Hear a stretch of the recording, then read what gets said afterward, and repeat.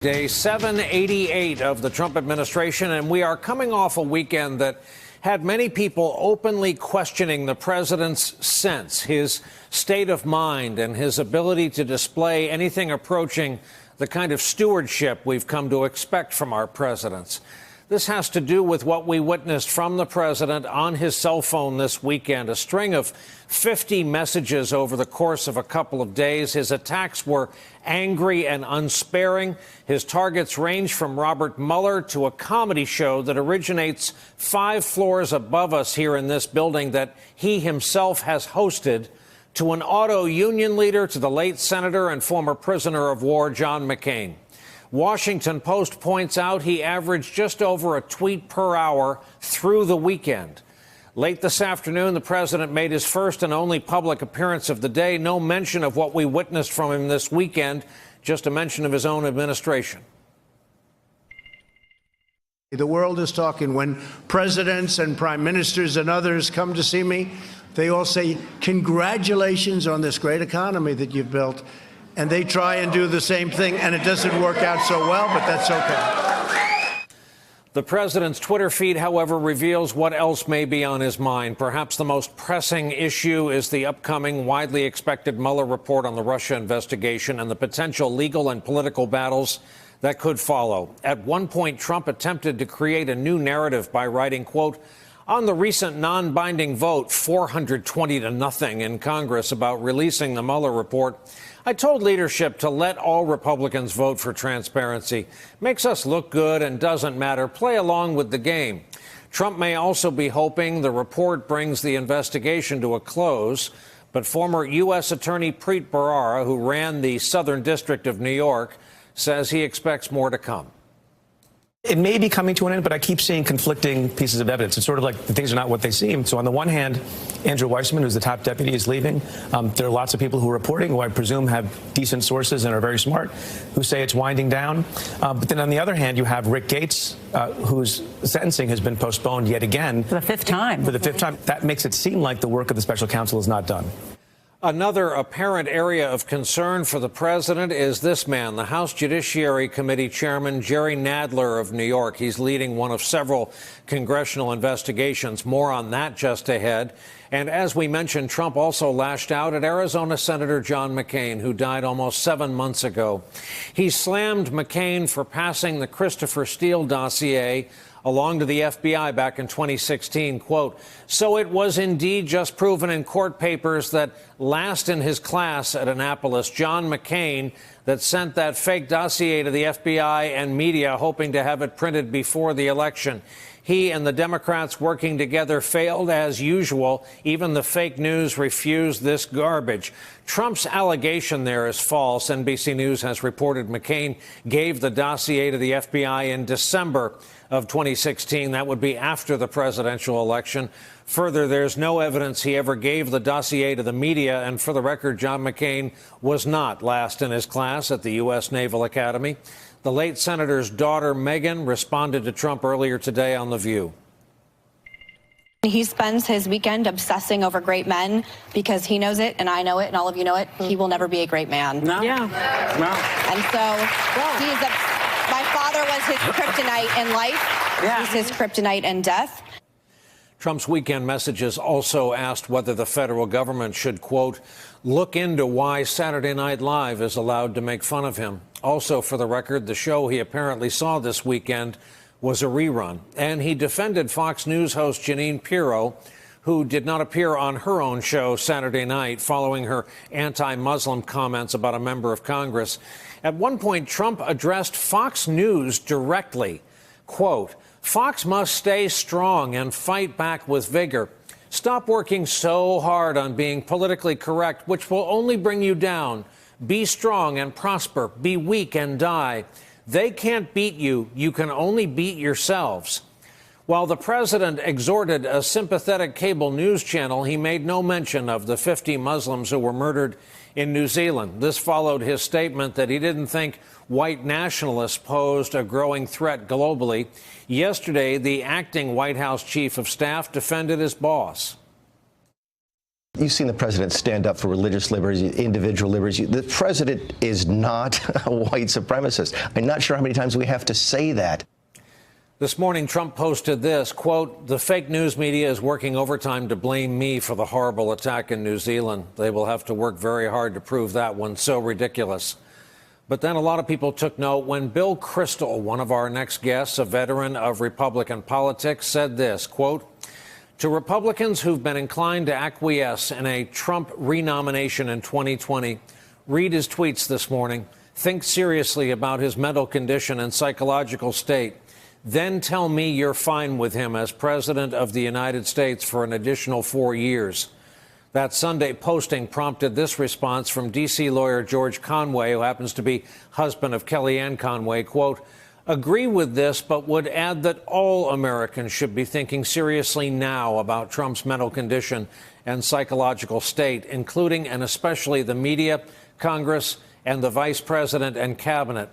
Conway followed with a series of posts today that included images from the American Psychiatric Association's Diagnostic and Statistical Manual of Mental Disorders.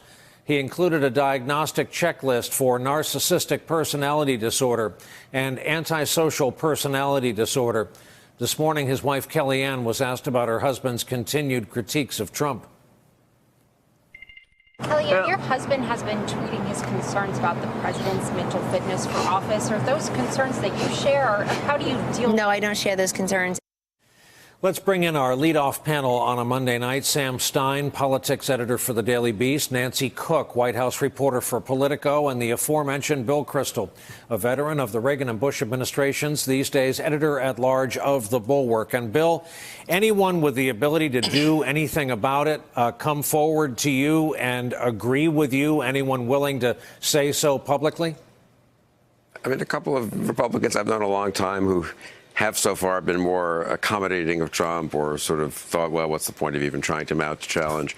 Emailed and said, gee, maybe you're right, but these are people who might support a challenger. They're not the challengers themselves.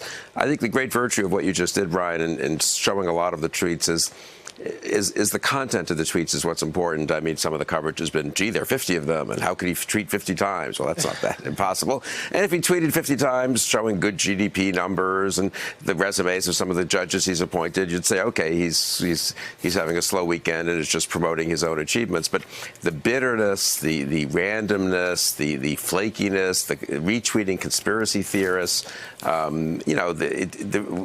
were tweets that revealed him in a way very different from sort of someone just saying, I'm going to get a couple of messages out there. And I think that's what I just was reading them. And I had no, I don't have a very high opinion of President Trump anyway. But even for me, I mean, the degree of sort of mental, I don't know what the right word is, instability or unhappiness or lashing out that the tweet showed was really what struck me. Let me add a word, Bill, that I associate with hymns, and that's exhortation. Our presidents have in the past exhorted us when we have troops in the field, maybe even the U.S. Olympic team on a field of competition overseas. Maybe it's a community hit by natural disaster or another country after losing 50 of its citizens to a massacre.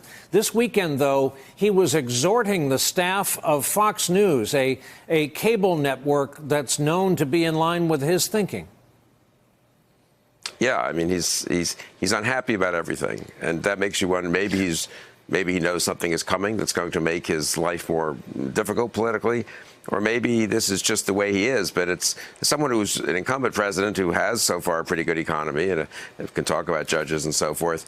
Whatever his deep personal, psychological situation is, you think he might want to project confidence and calm, as you say, to a country, and comment on, maybe reassure, send best wishes to people who are suffering natural disasters in the center of the country, comment on some of the sports playoffs and then the NCAA getting into the tournament and all that. But there's a degree of disquiet in him that has gotten worse, not better. I mean, this is remember 2 years ago, a little over 2 years ago, people hoped, including people like me who didn't vote for him, maybe he'll settle down. Maybe he'll grow into the office.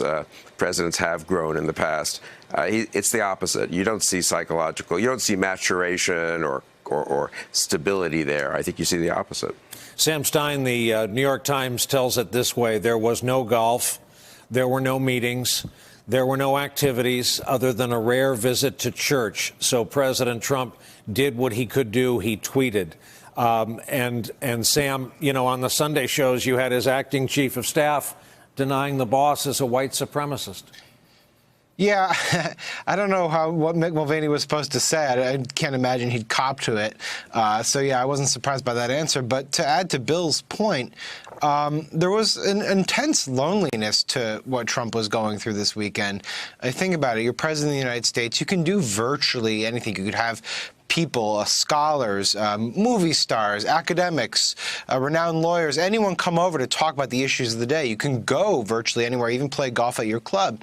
And what he essentially did was he spent the weekend watching Fox News and reacting in real time to the programming, or lack of programming in some cases, that was happening there. And so there is an intense loneliness to this, putting aside all the other elements of it. And then the other thing I was struck by is just the reason that he can do this, the reason that he feels fine going on these tangents online.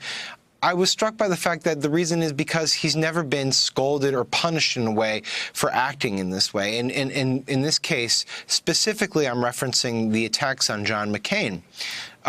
Usually there is a punishment for admonishing and ridiculing a war hero who had recently passed. In this case, Trump's done this before. He's attacked McCain both when he was alive, when he was sick, and after he was deceased.